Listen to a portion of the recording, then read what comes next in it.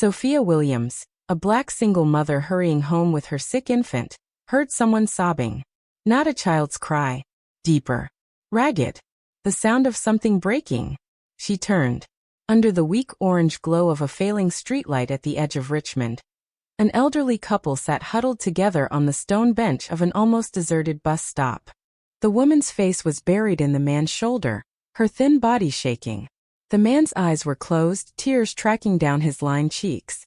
Sophia adjusted her 3-month-old son, Ethan, higher against her shoulder. He felt heavier every day, and so did everything else. For months since Michael's funeral, and she still wasn't used to coming home to an empty apartment. Her phone screen read 8:47 p.m. The last bus had left 20 minutes earlier. Great, she muttered, already doing the math on an Uber she couldn't afford. She almost turned away. Mind your business. Get home. You've got enough of your own problems. But something about the way the old couple clung to each other stopped her. Excuse me, she said, stepping closer. Are you okay? The woman lifted her face. Blue eyes, red and swollen, in a face that had to be at least 70. Oh honey, I'm so sorry, she said at once. We didn't mean to bother anyone. You're not bothering me, Sophia said. She glanced up and down the empty road. Are you waiting for someone? The man opened his eyes. His voice was rough. Our son, Ryan. He brought us here 6 hours ago. 6 hours. Sophia repeated. He said he'd be back in an hour, the woman said, wiping at her face with a trembling hand. He had an appointment, he said. Important business. We waited and waited and... Do you have a phone? Maybe you can call him. The man pulled a battered flip phone from his pocket. The screen was cracked and black. Dropped it last week, he said. Haven't had a chance to replace it. What about his number? Sophia asked. I can call from mine. The woman's face crumpled again. I don't remember it. Arthur. Do you remember Ryan's number? The man Arthur shook his head. It's programmed in the phone. I never had to memorize it. Cold settled in Sophia's stomach. She looked at the emptiness around them. Darkened shops across the street, no traffic, no one else in sight. This wasn't downtown. This was the edge of nowhere. Where do you live? She asked. I can get you a ride home. Acacia Gardens, Arthur said. On Flower Street. Ryan bought us a beautiful house there. Small but perfect for us. Moved us in 3 weeks ago. The woman managed a fragile smile. I'm Evelyn. He's been so good to us. Sold our old house, handled all the paperwork. We didn't have to worry about a thing. Something about that made Sophia's skin prickle, but she pushed it aside. Okay, she said. Let me order you a car. Oh no, sweetheart, we couldn't ask you to. You're not asking, Sophia cut in. I'm offering. She pulled out her phone, ignoring the low battery warning. The Uber estimate came up. $38 to Acacia Gardens. Her remaining bank balance flashed in her mind. Formula. Diapers. Rent. She hit confirm anyway. Evelyn's gaze drifted to Ethan, still sleeping against Sophia's shoulder. Her expression softened. Oh my, she breathed. How old? 3 months, Sophia said. He's beautiful, Evelyn whispered. Your husband must be so proud. The question hung there. I'm a widow, Sophia said. The word still felt foreign in her mouth. Evelyn's hand flew to her lips. Oh honey, I'm so sorry. I didn't mean to. It's okay, Sophia lied. It wasn't and probably never would be again, but what else was she supposed to say? Arthur pushed himself to his feet, joints protesting. Young lady, we're very grateful, he said. More than you know. The Uber pulled up 12 minutes later. Sophia climbed in with them, telling herself she just wanted to make sure they got home safely. That was all. She'd see them to the door and leave. The driver, a man in his 50s with kind eyes, nodded when Arthur gave the address. Acacia Gardens, he said. Nice area. New development. They rode in silence at first. In the rearview mirror, Sophia watched Arthur's thumb move in slow circles over Evelyn's knuckles. Such a small gesture, and it made her chest ache. Michael used to do that. Turn here, Arthur said as they entered a neighborhood of tidy houses and small yards. Flower Street should be the third right. The driver turned. then turned again. Sophia felt it before she saw it. The way his shoulders tensed, the way his foot eased off the gas. "Sir," the driver asked carefully. "What number on Flower Street?" 42, Arthur said. "Small yellow house with white shutters." They drove the length of Flower Street once, then doubled back. There was no number 42. No yellow house with white shutters. There was an empty lot. High weeds, a for sale sign tilted in the dirt. "Arthur." Evelyn's voice had become very small. "Arthur, where's our house?" I don't understand." He leaned forward, squinting at the street signs, the houses they passed. "This is Flower Street. Ryan showed it to me. He sent pictures. I saw it." The driver caught Sophia's eye in the mirror. His look said everything. Sophia's hands went numb. "Arthur," she said evenly, "do you have any paperwork? Anything with the address?" "Ryan has all of that," Arthur said. "He said we didn't need to worry about the details. That he'd handle things." "Can you describe Ryan for me?" Sophia asked. "Your son." Evelyn stared at her. Sophia watched the first cracks of understanding appear in her eyes. "Why are you asking that?" Evelyn whispered. "Please, just describe him." "He's 42. Brown hair. Glasses. He's a financial advisor. He's been helping us for months. Getting our affairs in order after we retired." Her voice wavered. "He sold our old house and—" Arthur's voice broke. "Oh God. Oh God. No. Arthur, what's wrong?" Evelyn clutched his arm. "What's happening?" "Our house," he choked. "Our real house. Downtown Richmond. 40 years we lived there. He said it was too big, too old, that we needed the money. Said he'd invest it for us. Get us better returns. He said he couldn't go on." His whole body was shaking. The driver pulled to the curb.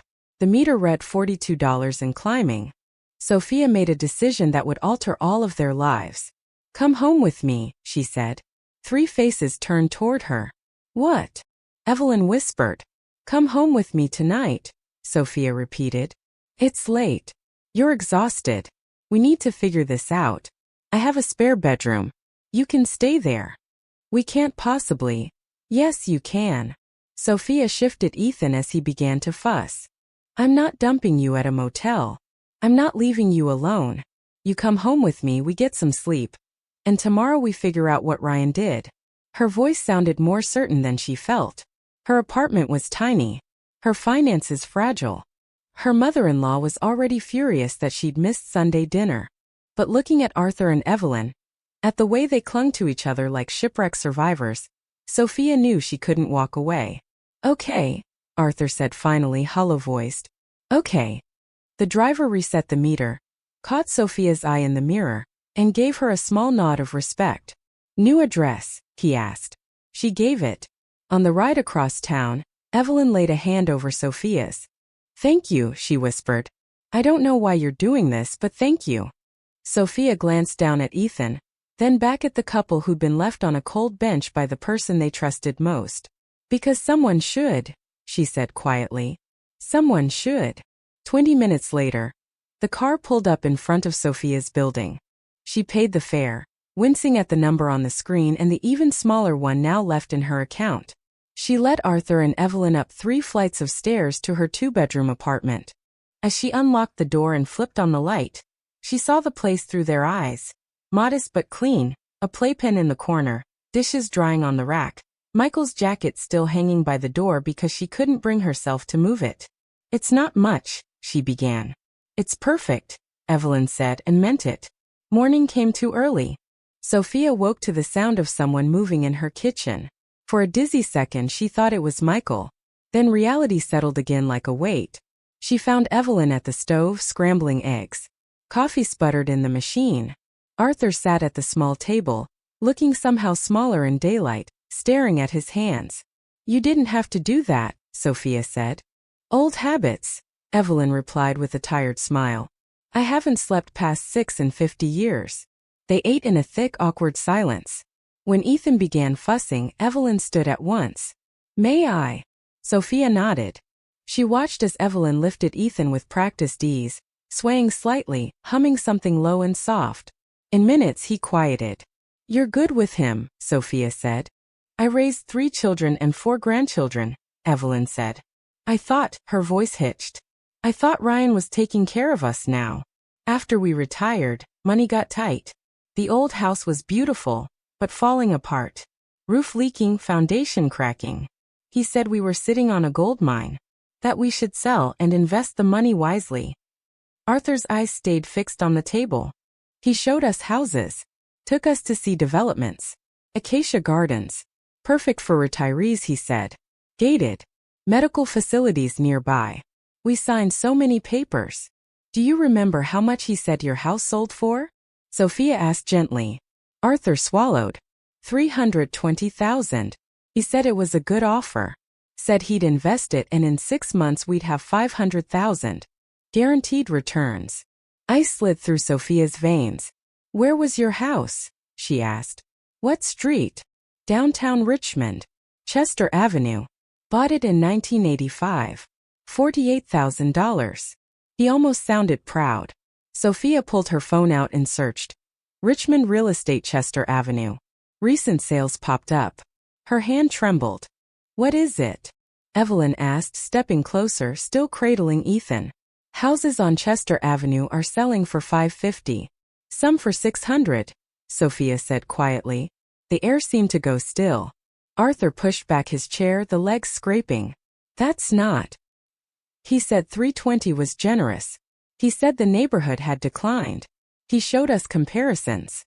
He lied, Sophia said flatly. Arthur, he stole at least 200,000 from you. No, Evelyn whispered, sinking into a chair. He's our son. He wouldn't. He wouldn't.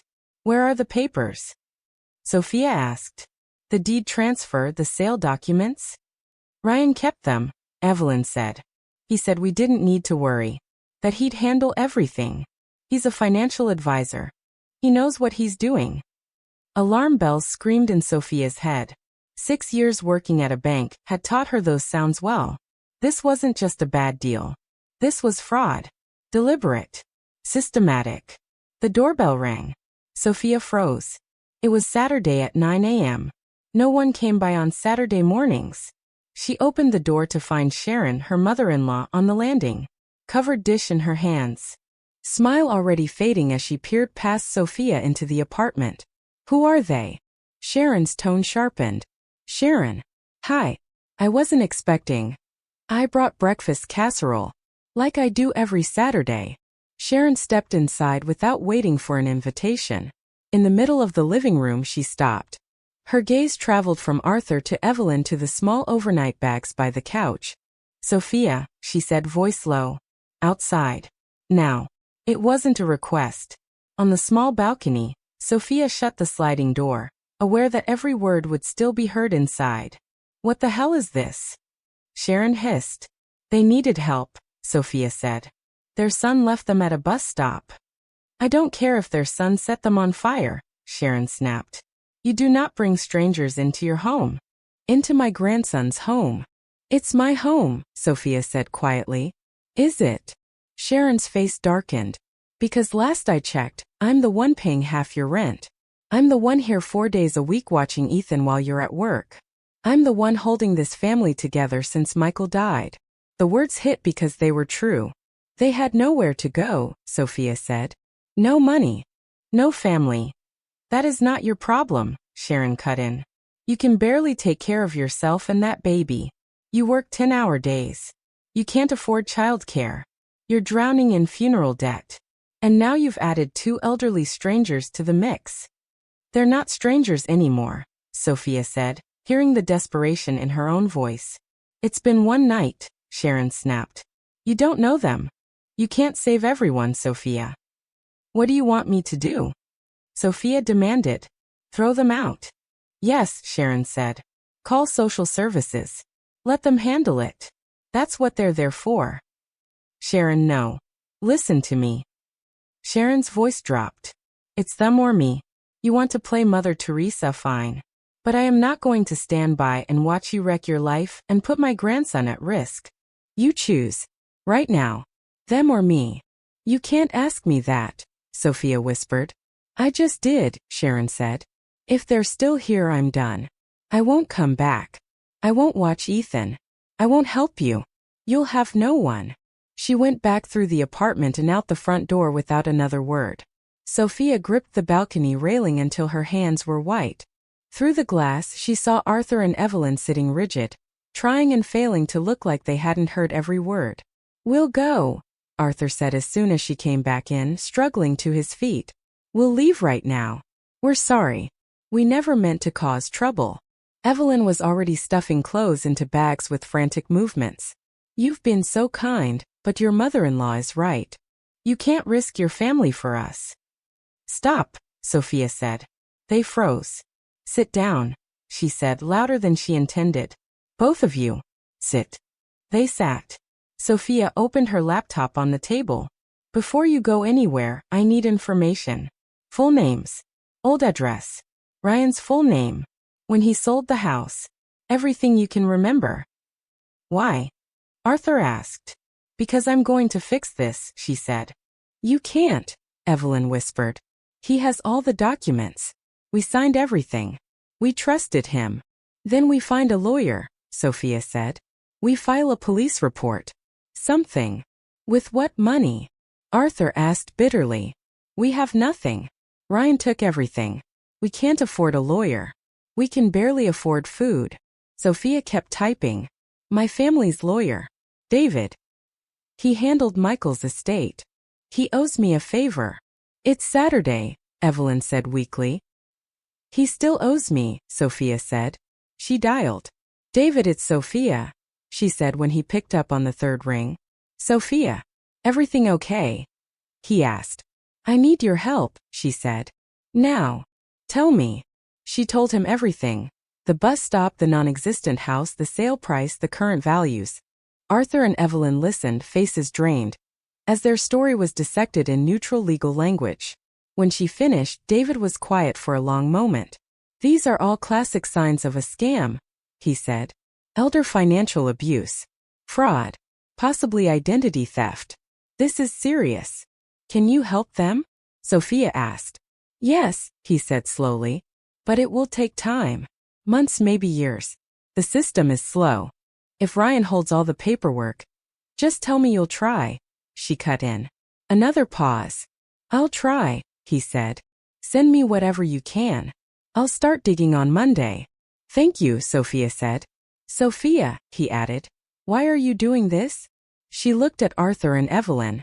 "When Michael died," she said, "I felt like the world had abandoned me. Like I was falling and nobody would catch me. They were abandoned by their own son. I know how that feels." After she hung up, Evelyn's eyes filled. "Why would you do this for us?" "Because someone should," Sophia said. Monday blurred past. Sophia called in sick, something she almost never did, and spent the day on the phone and computer. Arthur and Evelyn moved through the apartment in slow, shell-shocked silence. At 3 p.m. David called back. "I pulled the property records," he said. "Your house on Chester Avenue sold 3 months ago for $280,000. Arthur's knees seemed to buckle. "280, he whispered. "Ryan told us 320. "He skimmed 40,000 before you ever saw a penny," David said. "But that's not the worst of it. The buyer was a shell corporation. I traced it. Ryan owns it. He sold your house to himself below market value, then likely flipped it for full price. You were never going to see that $500,000, Arthur. You were never going to see any of it." Evelyn made a low, wounded sound. "There's more," David said grimly. "I did some digging. This isn't his first time. At least 3 other elderly couples in the last 4 years. Same basic pattern. He gains their trust, convinces them to sell, invests the money, then disappears. So he's a con artist," Sophia said. "He also hasn't paid property taxes on your old place for 3 years," David added. "Whoever owns it now is about to get hit with liens. He's left a mess everywhere." "What do we do?" Sophia asked. "I'm filing a police report today," David said. "I'll send it to the DA's office. But Sophia, you need to understand, even if they catch him and even if they prosecute, the money is probably gone. Hidden, moved, spent. Recovery is unlikely." "So they lost everything," Sophia said quietly. "Everything," David confirmed. I'm sorry. After he hung up, no one spoke. 40 years, Arthur said at last, staring out the window. 40 years at the shipyard. Double shifts, weekends. We saved every penny. Bought that house with our own hands. Raised our children there. We were going to leave it to them. His voice broke. Now we have nothing, Evelyn whispered. We're 75 years old and we're homeless. Something tore open inside Sophia. She thought of the life insurance policy Michael had left, how Sharon had helped her file the claims. Without that, she'd be in the same place. You're not homeless, she said. You live here. Arthur shook his head. We can't ask you to. You're not asking, she cut in. I'm telling you. You live here until we figure something out. But the money, Evelyn began. I don't want your money, Sophia said. I want. She struggled for words. When Michael died, people were kind, she said. They brought food. Sent cards. Then they vanished. I was drowning and nobody stayed. So I'm staying. For you. Evelyn rose and walked to her. She took Sophia's hands and held tight. You're a young woman with a baby and a full-time job, she said.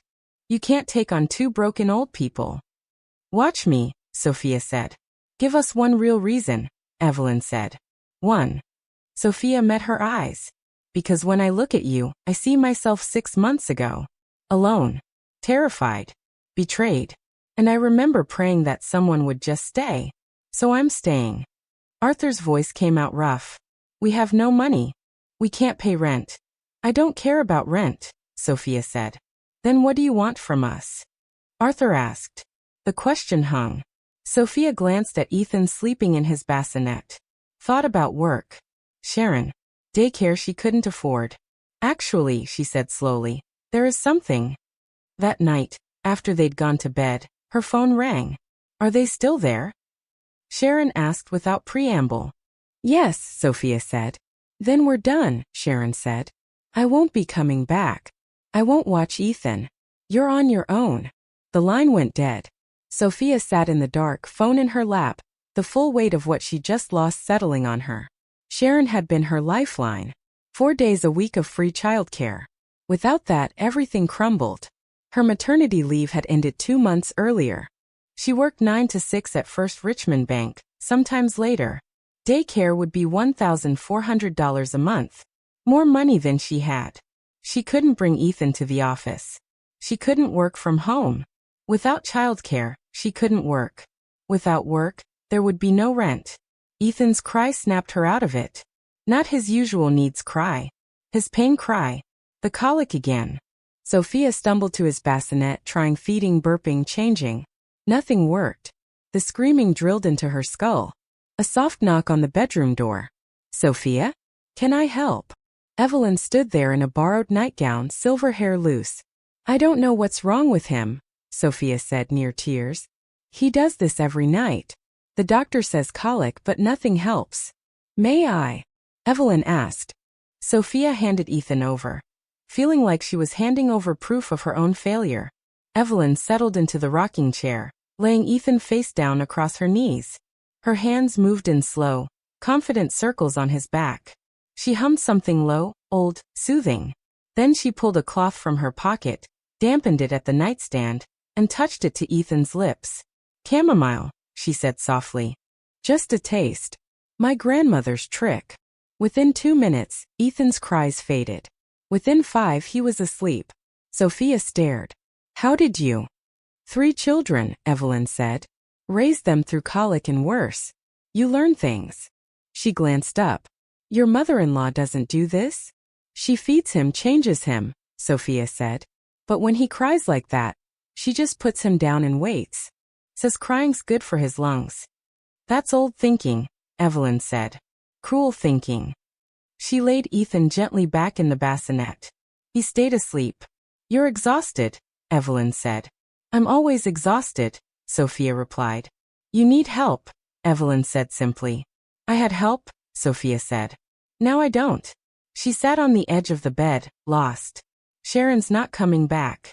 I have to work. I can't afford daycare. I don't know what I'm going to do.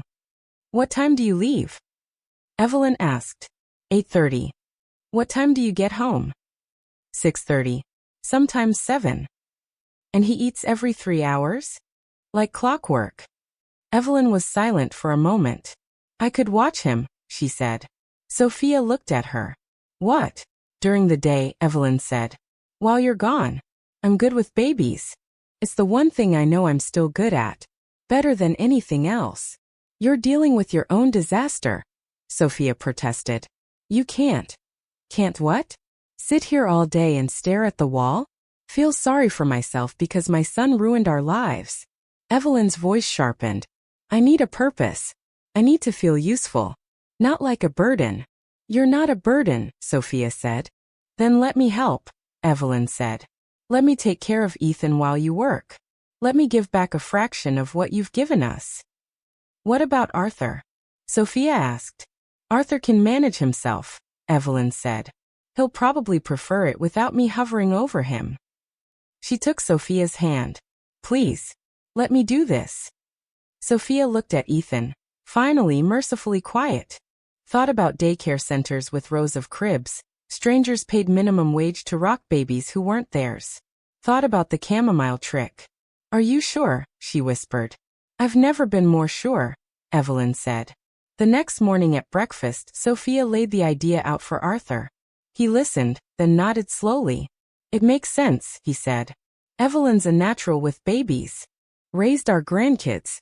But we should be clear. This needs to be fair. Fair how? Sophia asked. A real arrangement, Arthur said. His voice had some strength in it again. You're giving us housing. Evelyn will do childcare. And me, he straightened a little. I worked maintenance 30 years. I can fix that leak under your sink. Those loose floorboards. The crack in your bathroom tile. You don't have to. Yes, we do, Arthur said firmly. We are not charity cases. We're not helpless. If we're going to live here, it's as partners.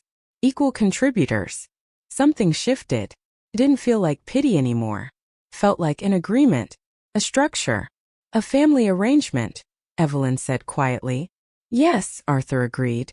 A family arrangement. We watch Ethan during the day. You watch out for us at night and on weekends. We share what we have until we figure out the rest. Sophia looked at them.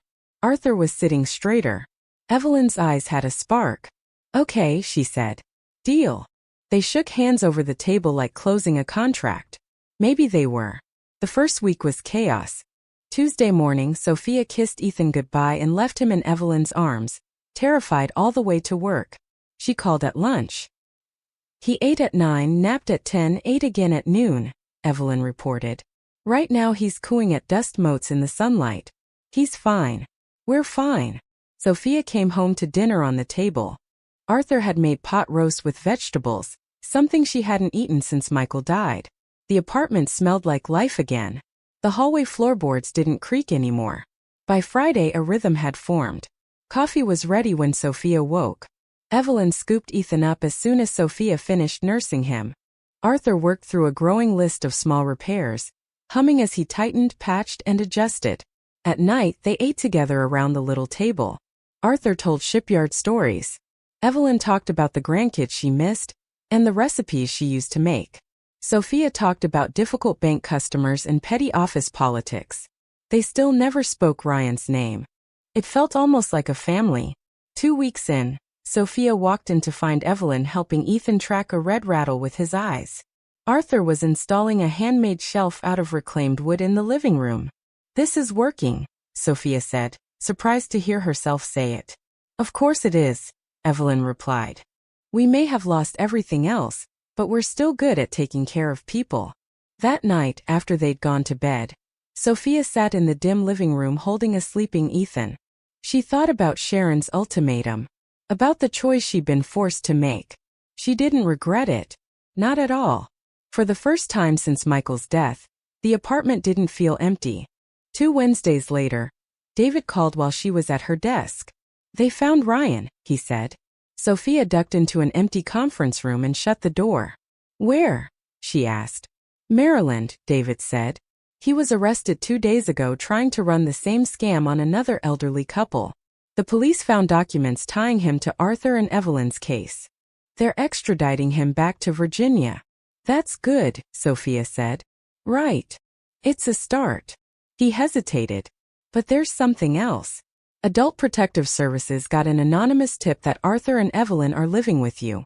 Someone reported they're in an unsafe situation. Sophia went cold. What? A social worker named Catherine Miller has been assigned to your case, David said. She'll probably call this week. Investigate what? Sophia demanded. They're fine. Better than they were before. I know, but the state has to respond to every report. Elder abuse. Exploitation. Unsafe housing. They'll check it all. Who would do that? Sophia asked, already knowing. The caller used a Richmond area code, David said. That's all I can see. The knock came Thursday evening. A thin woman in her 50s stood at the door. Neat hair, sharp eyes, clipboard. Ms. Williams? She asked, smiling politely. I'm Catherine Miller from Adult Protective Services. May I come in? Sophia stepped aside. Arthur and Evelyn were on the couch, Ethan on Evelyn's lap. It was a picture of calm. Mr. and Mrs. Thompson, Catherine said, still smiling. I'm here to check on your welfare. I understand you've been staying here about 3 weeks. 3, Arthur said. And we're fine. Better than fine. I see. Her pen scratched on the form. Ms. Williams, can you tell me about your experience caring for elderly individuals? They don't need caring for, Sophia said. They're independent. But you work full-time, correct? 10 hours a day. Catherine asked. Yes. Who supervises them while you're gone? Supervises. Evelyn repeated sharply. We're not children. Of course not, Catherine said smoothly. But at your age, falls, confusion, medication errors. These are real concerns. Ms. Williams, are you trained in elder care? Any medical background? No, Sophia said. Do you have sufficient insurance to cover emergencies? Long-term care plans. Sophia's jaw clenched. Ms. Williams, I'm going to be frank, Catherine continued. Your intentions appear kind. But you're a young working single mother. These individuals require specialized care. There are facilities designed for that. We don't want a facility, Arthur said. We want to stay here. With respect, Mr. Thompson, you've been through trauma, Catherine said. Your judgment may be compromised. My judgment is fine, he said. Regardless, Catherine said, shutting her file, the state has a duty to ensure your safety. I'll be recommending a more appropriate placement. They're not going anywhere, Sophia said, anger rising. That's not your decision, Catherine said. You'll hear from us next week. After she left, Evelyn whispered. She's going to take us away. Put us somewhere. No, Sophia said. She isn't. She called David. There's one option, he said. Guardianship. If you become their legal guardian, APS can't remove them without proving you're unfit. You'd be legally on the hook for their welfare. But you'd also have the authority to decide where they live. How? Sophia asked. Petition the court, David said. There'll be a hearing, maybe a home study. It's not simple. And Sophia? He hesitated. This is serious. If their medical bills pile up, they're yours. If something happens to them, you're responsible. This isn't just roommates. This is becoming their caregiver on paper. Sophia looked at Arthur and Evelyn, at the fear and trust in their faces. I want to do it, she said. I want to be their guardian. Okay, David said. I'll start the paperwork. Buckle up. It's going to be rough. The petition took 2 weeks. Catherine called twice more in that time, reminding Sophia of the state's authority. The hearing was set for a Friday morning. At the courthouse, David warned them. The judge will ask about finances, health, housing. Answer honestly. Show her this is what you all want. In the courtroom, a black woman in her 60s peered over her glasses at the file. Ms. Williams, you're petitioning for guardianship of Arthur and Evelyn Thompson, Judge Patricia Harrison said. Explain why. Sophia stood. Because they're my family, Your Honor. Not by blood but by choice. Because they need someone to fight for them, protect them, and respect them. And because I can. Can you afford to? The judge asked. Guardianship includes financial responsibility. I work full-time at First Richmond Bank, Sophia said. I have insurance that can be extended to cover them. I have stable housing. And they contribute. Evelyn cares for my son while I work. Arthur maintains the home. We're partners. Judge Harrison turned to Arthur and Evelyn. Mr. and Mrs. Thompson, is this what you want? Yes, Arthur said firmly. Absolutely, Evelyn said. You understand Ms. Williams would have legal authority over your medical decisions, finances, and living arrangements? We trust her completely, Evelyn said. She saved our lives. The judge scribbled some notes. I'll approve the guardianship on a provisional basis for 6 months. Ms. Williams, you will submit quarterly reports. If I see any sign this isn't working, I'll revisit it. Understood. Yes, Your Honor, Sophia said. Then guardianship is granted, Judge Harrison said. Outside, Evelyn hugged Sophia so hard she almost couldn't breathe. Thank you, she whispered. Thank you. Arthur shook Sophia's hand. You didn't have to do this, he said. Yes, Sophia said. I did. That night, she lay awake staring at the ceiling. Legal responsibility for 2 people she'd met at a bus stop. It should have terrified her. Instead, it felt right. 2 weeks later, her phone rang at work. Is this Sophia Williams? A clipped female voice asked. Yes. This is Patricia Thompson, the woman said. Evelyn and Arthur's daughter. I'd like to know why you have my parents. Sophia stepped outside, pulse hammering. Your parents are living with me because they had nowhere else to go, she said. Your brother left them at a bus stop after stealing their house. That's impossible, Patricia snapped. Ryan bought them a house. Ryan sold their house and pocketed the money, Sophia said. He's in jail awaiting trial for elder fraud. Call Richmond PD if you don't believe me. Silence stretched. I want to see them, Patricia said at last. Give me your address. I have to ask them first, Sophia said. If they want to see you. They're my parents, Patricia said. You can't keep them from me. I'm not keeping them from anyone, Sophia said. But I'm not giving out my address without their say-so. She hung up, hands trembling, and called home. Your daughter called, she told Arthur. She wants to see you. She heard muffled conversation. Then Evelyn's voice came on. What did she say? Evelyn asked. That she didn't know about Ryan, Sophia said. That she wants to see you. She knew something was wrong, Evelyn said bitterly. We told her he was acting strange. Money disappearing. She said we were paranoid. Told us to trust him. Do you want to see her? Sophia asked. A pause. I don't know, Evelyn said. Honestly, I don't. It's your decision, Sophia said. Completely. Give her the address, Arthur said in the background. We need to face it at some point. Saturday at 10 sharp, someone knocked. Sophia opened the door to a woman in her late 40s. Blonde hair clipped back, expensive coat, designer bag. A man in a business suit stood just behind her. Patricia, Sophia said. Come in. Before you do, we need some ground rules. Patricia brushed past her. Mom? Dad? Evelyn rose slowly. Hello, Patricia. What is going on? Patricia demanded. Why are you living here with? She shot Sophia a look.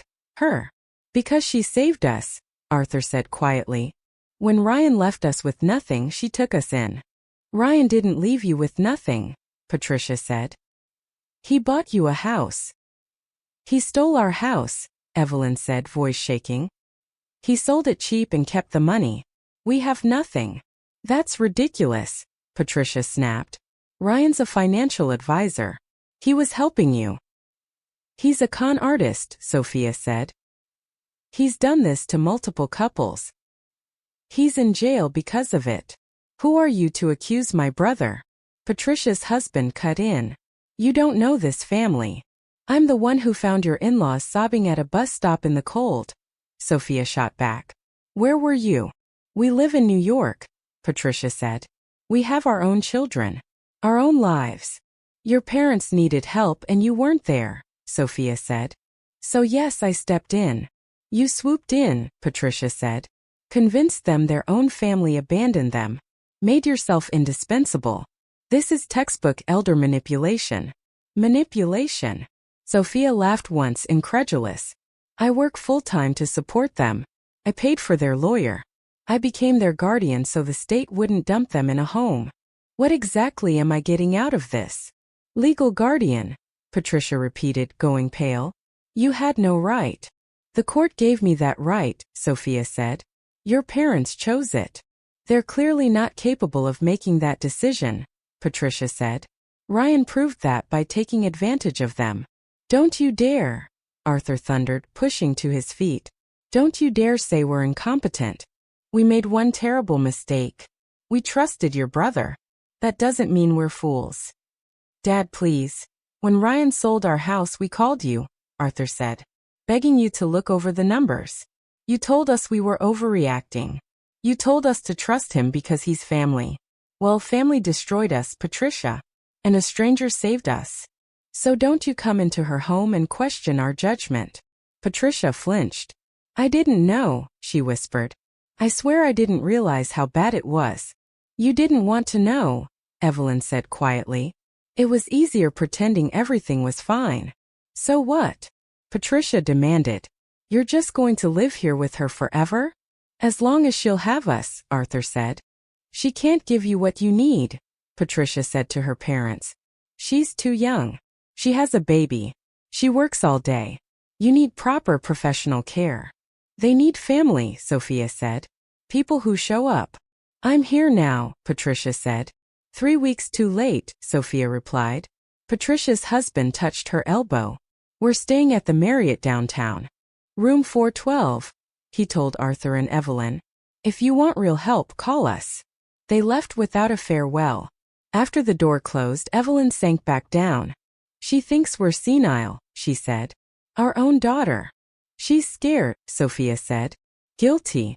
Comes out as anger. She'll try again. She'll try to take us away, Evelyn said. Then we'll fight, Sophia said. Together. She knew it was true. And she knew Patricia wasn't done. The legal challenge arrived 4 days later. David called as soon as he got the filing. Patricia's petitioning to transfer guardianship, he said. She's claiming you're too young, too inexperienced.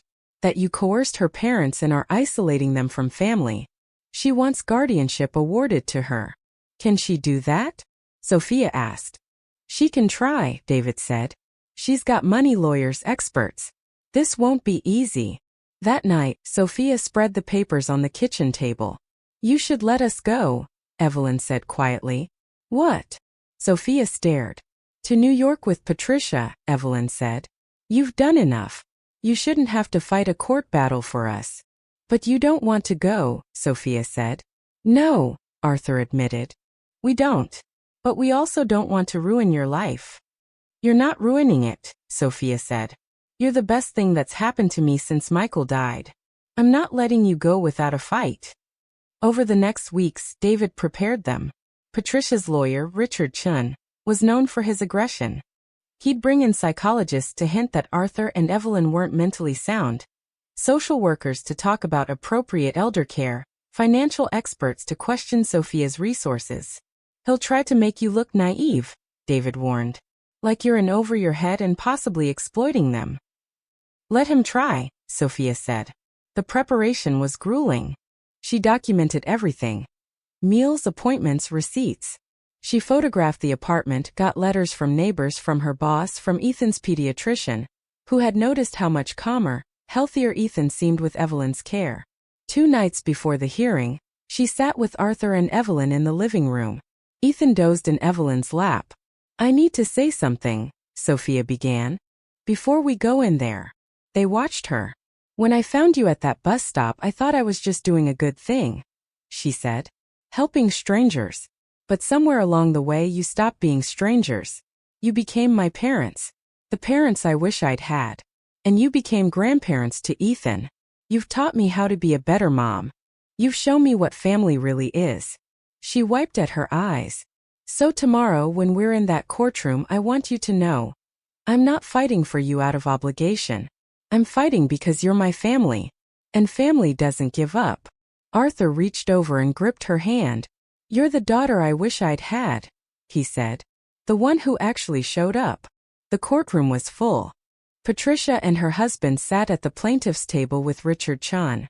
On Sophia's side, David, Arthur, Evelyn, and a thick folder of evidence. Judge Harrison called the session to order. We're here on a petition to transfer guardianship of Arthur and Evelyn Thompson from Sophia Williams to their daughter, Patricia Thompson, she said. Mr. Chun, proceed. Richard Chun stood. Your Honor, the facts are simple, he said.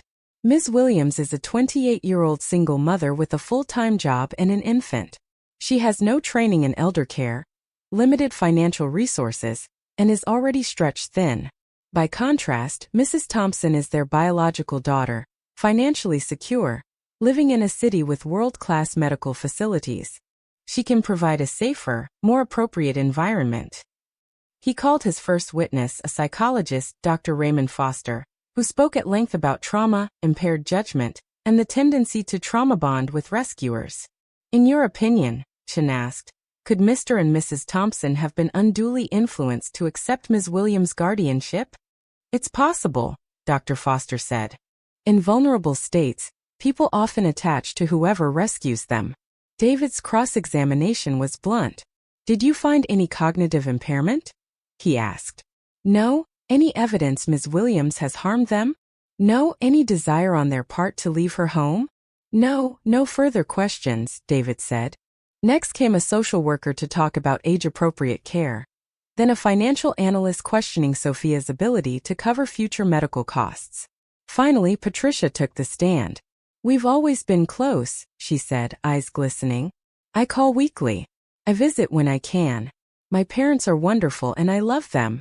When I found out a stranger had legal control over their lives, I was terrified. This young woman may mean well, but she can't give them what they need. I can. It was a compelling performance. Then it was their turn. David called Arthur. Do you want to live with your daughter Patricia? David asked. No, Arthur said. Why not? Because Patricia loves us like a duty, he said. Sophia loves us like family. Patricia would put us in a nice facility with good meals and bingo nights. Sophia put us at her table. There's a difference. Has Ms. Williams taken advantage of you in any way? David asked. Absolutely not, Arthur said. She saved us. She gave us purpose again. I fixed things around her place. Evelyn takes care of Ethan. We feel needed. We matter. If guardianship is transferred, David asked, what will you do? Arthur straightened. I am 75 years old. At some point, the court has to respect that I know what I want. And I want to stay with Sophia. Evelyn echoed him, tears in her eyes. My daughter wants to do the right thing, she said. But to her, right means somewhere safe and supervised. To Sophia, right means making us part of her family. I don't want to just be safe. I want family. Finally, Sophia took the stand. Why did you take them in? David asked. Because they needed help and I could help, she said. Are you benefiting financially from this? He asked. No. They have no money. I support them. Then why keep fighting? She looked at Arthur and Evelyn. Because they're not a burden, she said. They're my family. They helped me raise my son. They've given me more than I've given them. When my husband died, I thought my family was gone. I was wrong. I just hadn't found the rest of it yet. Richard Chun stood for his cross-examination. What happens when they have a medical emergency while you're at work? He asked. I call 911, she said. Same as anyone. What if they need long-term nursing care? Can you afford thousands a month? We'll figure it out together, she said. Together, he repeated. But legally, guardianship gives you final say. You can override their wishes. Isn't that true? Yes, she said. Legally. But I don't. How can we be sure? Because for 6 months I haven't, she said. Every decision we've made as a group. That's what family does. Judge Harrison called a recess. They waited in the hallway, not speaking. When they were called back, Sophia's hands wouldn't stop shaking. This is an unusual case, Judge Harrison said. On the surface, Mrs. Thompson appears the more suitable guardian. She has blood relation, financial means, access to resources. Sophia's stomach dropped. However, the judge continued, Mr. and Mrs. Thompson are not cognitively impaired. They've clearly expressed their wishes. They understand the implications of those wishes. It's not the role of this court to substitute its judgment for that of competent adults about where and with whom they should live. She looked at Sophia. Family is not created by blood alone, she said. It's also created by love, care, and mutual choice. Ms. Williams has provided all three. She raised her gavel. Guardianship will remain with Sophia Williams. We'll continue quarterly check-ins for the next year. The gavel fell. Sophia grabbed David's arm to stay upright. Arthur and Evelyn clung to each other, crying. Outside, Patricia approached them. Mom. Dad, she said. Please. Evelyn turned. For a moment, she just looked at her daughter. I love you, Patricia said. I know I wasn't there when you needed me. I'm sorry. We love you too, Evelyn said quietly. But we're staying with Sophia. Patricia swallowed. She met Sophia's eyes. Take care of them, she said. I will, Sophia said. If you need anything, money, flights, hospital bills, call me. Patricia said. Please. Okay, Sophia said. Patricia walked away with her husband's arm around her. Sophia felt an odd mix of triumph and sorrow. 3 months later, Sophia got the call. We'd like to offer you the Senior Customer Relations Manager position. The HR director from Charlotte First Financial said. Salary is. The number made Sophia sit down. Almost double her current pay. Better hours. Better benefits. There's one thing, she said. I come with family. The relocation package covers. No, she said. It's complicated. She explained about Arthur and Evelyn. That's unusual, the director said. But not insurmountable. We want you, Ms. Williams. We'll work with you. That night, Sophia told Arthur and Evelyn. I got a job offer in Charlotte, she said. New city. More money. Better schedule. But I'm only going if you want to come with me. Arthur and Evelyn exchanged one of those long married looks. Yes, Arthur said. Absolutely. It took 6 weeks to move. Sophia found a modest 3-bedroom house with a yard, something they never could have afforded back in Richmond. Her new salary meant she could add Arthur and Evelyn to her family health insurance. Full coverage, dental and vision included. I've never had insurance this good, Arthur said, marveling at the paperwork. Charlotte was quieter than Richmond, but warmer in ways that mattered. Neighbors brought casserole and pound cake. The grocery clerk learned Evelyn's name by the second visit. The librarian welcomed her into a book club. Arthur found a community garden 2 blocks away. He came home happy and covered in dirt. Evelyn came back from book club glowing, full of opinions about characters and plots. I forgot what it was like to have friends, she told Sophia. Real friends. Ethan started talking. Mama first. Then Baba for bottle. Then one afternoon, reaching up to Evelyn with chubby hands. Gamma. He thinks I'm his grandmother, Evelyn whispered, clutching him. You are, Sophia said. 6 months into Charlotte, during one of Arthur's checkups, they met Julian. He was a nurse. Tall, steady, brown-skinned with kind eyes. When Arthur's blood pressure spiked from anxiety, Julian sat beside him and talked baseball until the numbers calmed. You're good at that, Sophia said. 20 years practice, he said. Your dad was really nervous. He's not my dad, she said automatically. It's complicated. Family usually is, Julian said. They ran into each other at the grocery store. Then at the coffee shop. Eventually he asked her to dinner. She said no. Too much. Too soon. Too many plates spinning. He didn't push. He just kept showing up in small ways, checking on Arthur at appointments, making Ethan laugh in the waiting room. 3 months later she said yes. Evelyn practically pushed her out the door. Go, she said. Remember you're a person, not just a mother. Dinner turned into coffee. Coffee into a slow walk. A walk into standing under her porch light at midnight, talking about everything and nothing. I should warn you, she said. I come with a lot of baggage. Most interesting people do, he said. I mean a lot, she said. A baby. 2 elderly dependents who are legally my responsibility. A dead husband. A mother-in-law who hates me. Trauma in 15 flavors. He smiled. I'm a nurse, he said. Trust me. I've seen worse. He didn't run.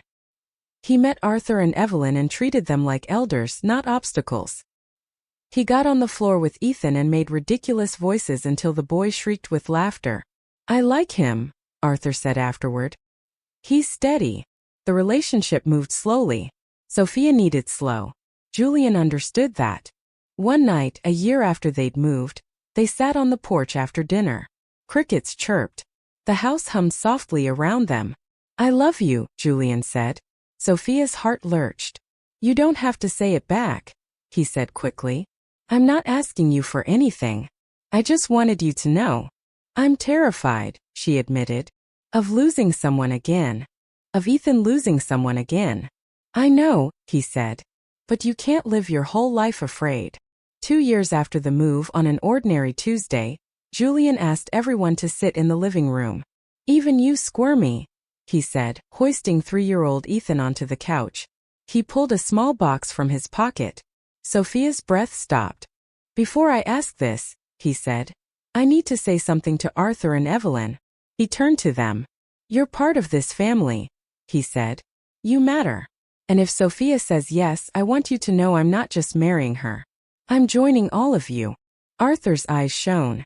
Son, he said, voice thick. That's the best thing anyone's ever said to me. Julian turned to Sophia, dropped to one knee on the worn rug. Sophia Williams, he said. Will you marry me? She looked around the room. At Arthur and Evelyn, who had become her parents. At Ethan chewing the couch cushion. At Julian patient and steady on the floor. Yes, she said. But I have conditions. He laughed through tears. Of course you do. Arthur walks me down the aisle, she said. Evelyn's my matron of honor. And we do it in the backyard so everyone fits. Deal, he said. The wedding was small. Sophia wore a simple white dress. Arthur cried all the way down the makeshift aisle. Evelyn stood beside her in lavender, bouquet in hand. Patricia came. So did Alex and Jennifer. People who hadn't been around much showed up now, faces full of awkward gratitude and guilt. Thank you, Patricia said quietly to Sophia before the ceremony. For saving them. For loving them. For doing what I didn't. They saved me too, Sophia said. She sent an invitation to Sharon. It came back, returned to sender. She'd expected that, but she'd needed to try. The ceremony itself was simple. No frills. Just vows and tears and hands held tight. You may kiss the bride, the officiant said. Arthur clapped first, loudly. Ethan clapped too, unsure why but delighted. 5 months later, Sophia was pregnant again. A girl, the ultrasound tech said, smiling. They named her Olivia. When they brought Olivia home, Evelyn cried openly, holding the tiny bundle. Another grandbaby, she whispered. Arthur built a cradle in the garage, perfect joints, smooth sanded edges, Olivia's name carved carefully into the headboard.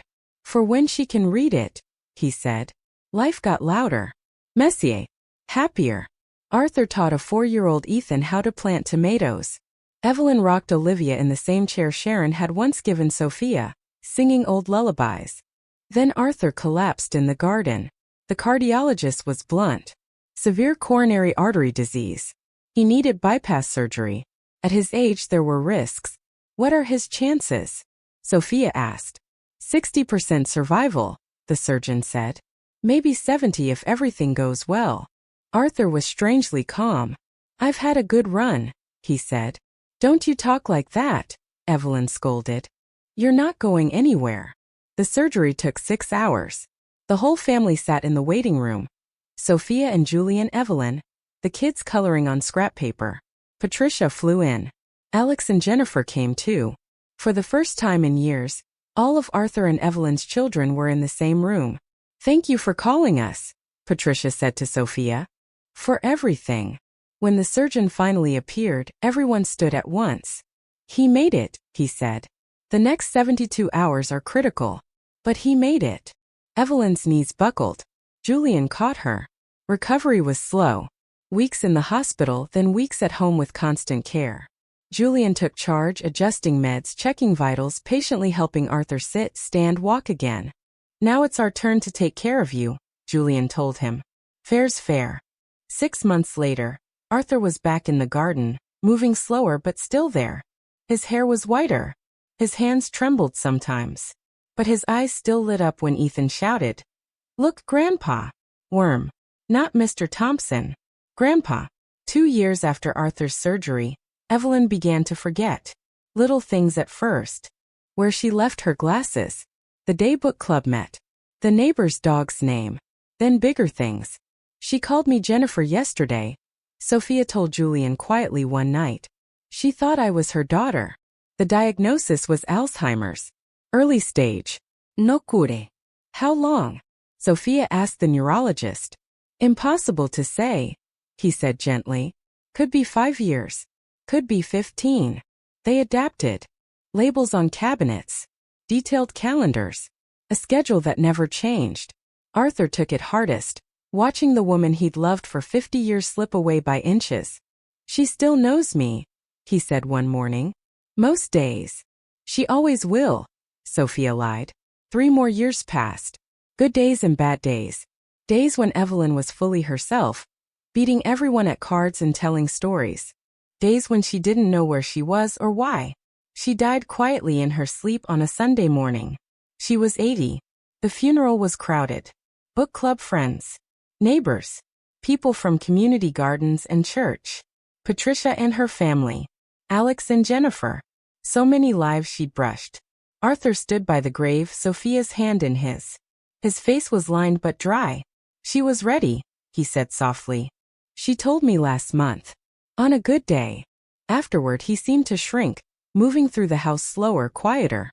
3 years later, on a gray November morning, someone knocked. Sophia opened the door to a man she didn't recognize at first. I'm looking for Arthur and Evelyn Thompson, he said. I'm their son, Ryan. Sophia's hand tightened on the knob. I know who you are, she said. Is my mother here? He asked. I need to apologize. I need to make things right. Your mother died 3 years ago, she said. Your father's in the kitchen making pancakes. Ryan swayed like he'd been hit. Should I let you in? Sophia asked. Or call the police? I did my time, he said hoarsely. 7 years. I just got out. I know what I did. I think about it every day. I'm not here for forgiveness. I just need to say I'm sorry. Sophia wanted to slam the door, to list all the ways he'd shattered their lives. Instead, she said, wait here. She found Arthur teaching 8-year-old Ethan how to flip pancakes properly. Olivia sat at the table coloring. Someone's here to see you, Sophia said. Ryan. The spatula slipped from Arthur's hand. They talked on the porch while Sophia watched from the window. She couldn't hear the words, but she saw Ryan sobbing, saw Arthur's face move from anger to pain to something else. After an hour, they came back inside. He's staying for breakfast, Arthur said quietly. They ate in awkward silence. Ryan cried the whole time. The kids stared. Afterward, Arthur and Ryan went for a walk. When they returned, Arthur looked worn but lighter. I forgave him, he said to Sophia that evening. Why? She asked. I'm 83, he said. I don't have energy left for hate. And he's still my son. Even after everything. Ryan began visiting monthly. The visits were uncomfortable. He brought too many gifts. Tried too hard. Offered money. Arthur refused. Keep your money, Arthur said. If you want to make things right, show up. That's enough. A year later, Arthur called Sophia into his room. The doctor says my heart's failing, he said. Not an emergency, but soon. Arthur, listen, he said. Promise me something. When I'm gone, look out for Ryan. Not like you did for us. Just don't let him disappear. He's broken. He's trying. He needs family. I don't know if I can. He's still my son, Arthur said. And Ethan and Olivia's uncle in a way. Promise. Sophia's eyes filled. I promise, she said. Arthur smiled. You gave me 9 extra years, he said. That night at the bus stop, I thought I was waiting to die. Instead, I watched kids grow up. I fixed things. I was loved.